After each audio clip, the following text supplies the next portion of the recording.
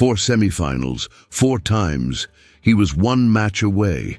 The crowd loved him, the press anointed him, the entire nation stopped to watch, and 4 times he walked off that court without the one thing everyone expected. This isn't about choking, it's not about lack of talent. This is about what happens when an entire country needs you to be perfect, at the one place where perfection matters most. For over a decade, British tennis had one name, Tim Henman. He wasn't flashy. He didn't trash talk. He played serve and volley tennis in an era when baseline grinders were taking over. But on grass, especially on centre court, he was different. He reached 6 Grand Slam semi-finals, won 15 ATP titles, beat Roger Federer when Federer was already becoming Federer. But none of that mattered. Because in Britain, there was only one question that defined him.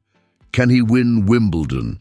And every summer, for 2 weeks, millions watched to see if this would finally be the year. This is the story of a man who had everything except the one thing he needed most. Not because he wasn't good enough, but because sometimes proximity to greatness is its own kind of curse. Tim Henman started playing tennis before he turned 3. His family had a grass court in their backyard. His father, Tony, was a multi-sport athlete who once interrupted his own honeymoon to play a hockey match. Sport wasn't a hobby, it was the language they spoke. At 9, Tim was training at Bisham Abbey, one of Britain's elite sports facilities. By his teens, he was part of the Slater squad under David Lloyd, a pressure cooker environment designed to forge champions. At 16, he made the choice that would define everything.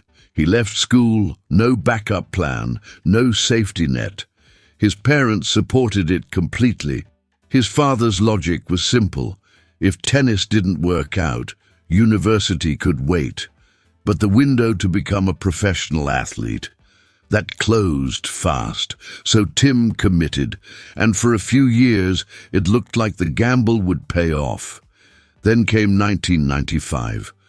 Wimbledon, his home tournament, the place he'd dreamed about since he was 6 years old.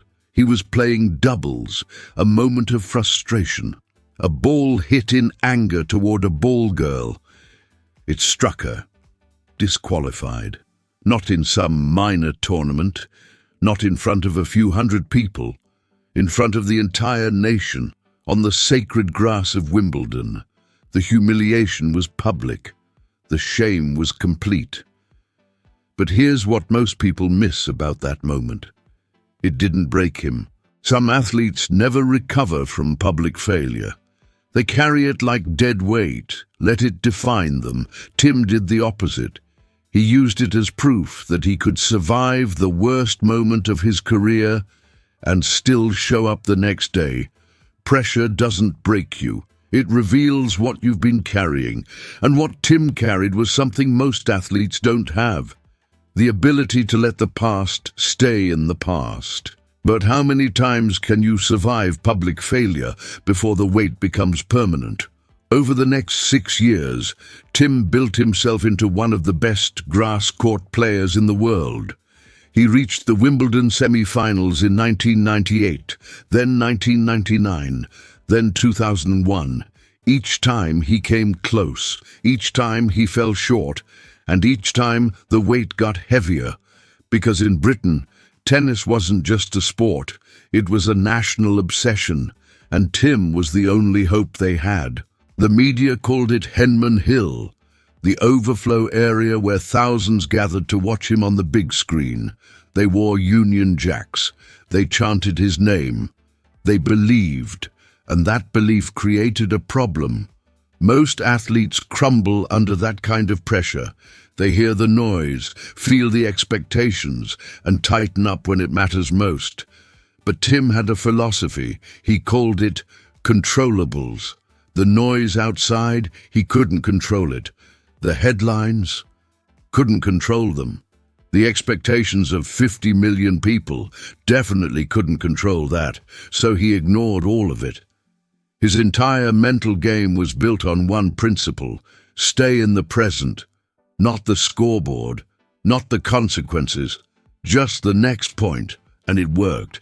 In 2001, he faced Roger Federer in the fourth round. This wasn't just any Roger Federer. The day before, Federer had shocked the world by destroying Pete Sampras, the seven-time champion, the king of grass. Everyone expected Federer to roll through. He had momentum. He had belief. Tim beat him in 4 sets, on center court, in front of his people. It was the kind of performance that makes legends. Most people would have ridden that high straight into the final. The belief, the momentum, the crowd. It was all there. But sometimes the weight of expectation doesn't hit you when you're winning. It hits you right after. And this is where his story takes the turn that would define everything, not in public, but in the 3 days that followed. And it should have been the beginning of something historic. But then came the semi-final. Goran Ivanisevic, a wild card, a former finalist, a left-handed serve and volleyer with nothing left to lose. Tim lost the first set, but he wasn't rattled.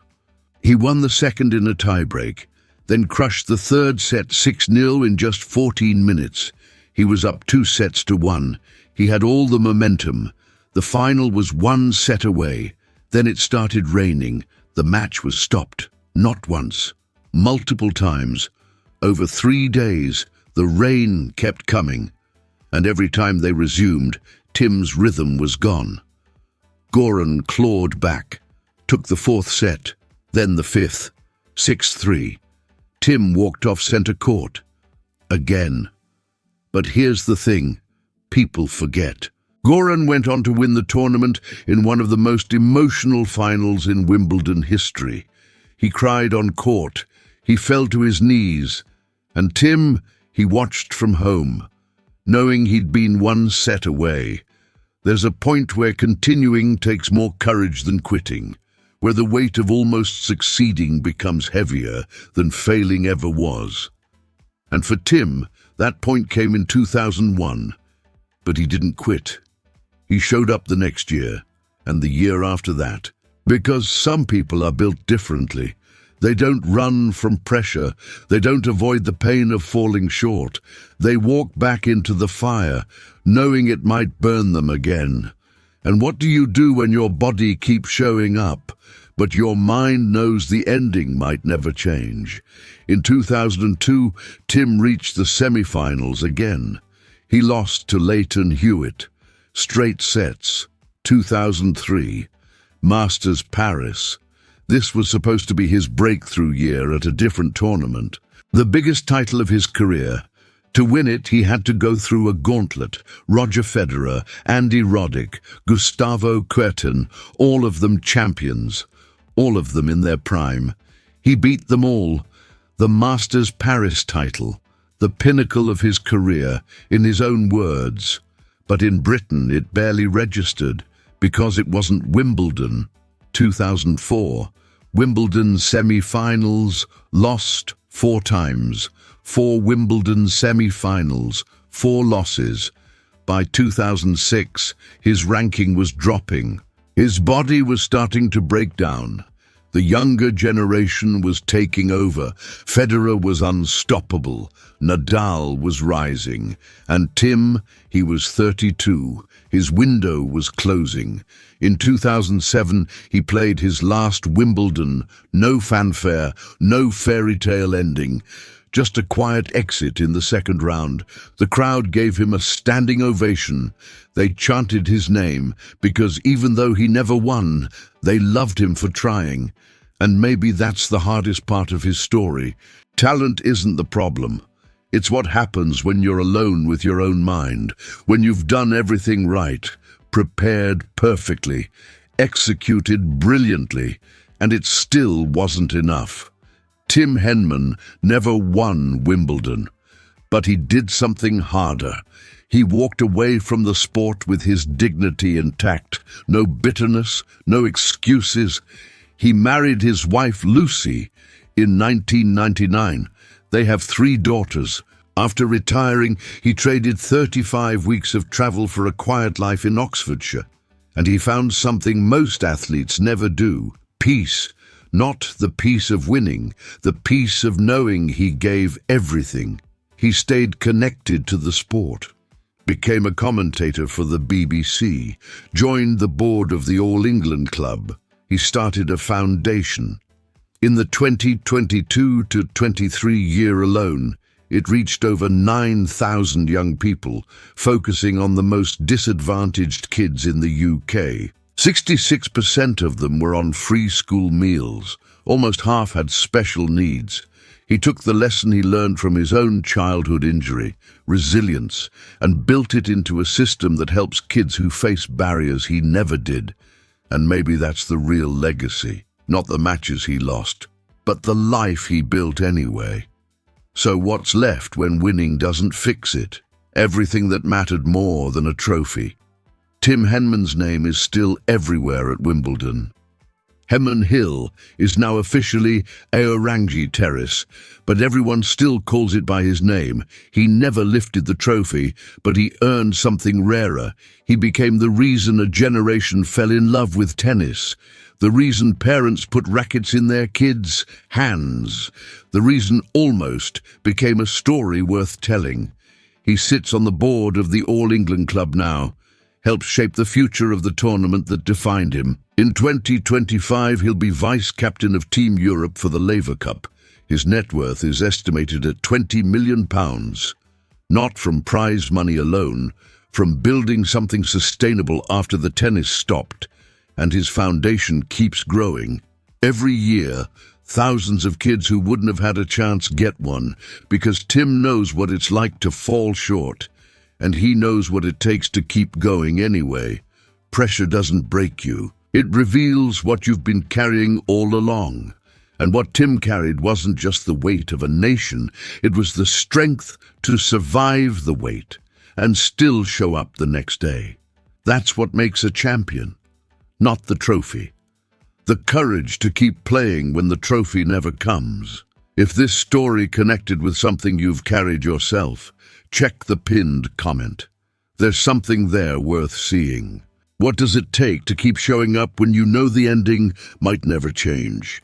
Leave your thoughts below.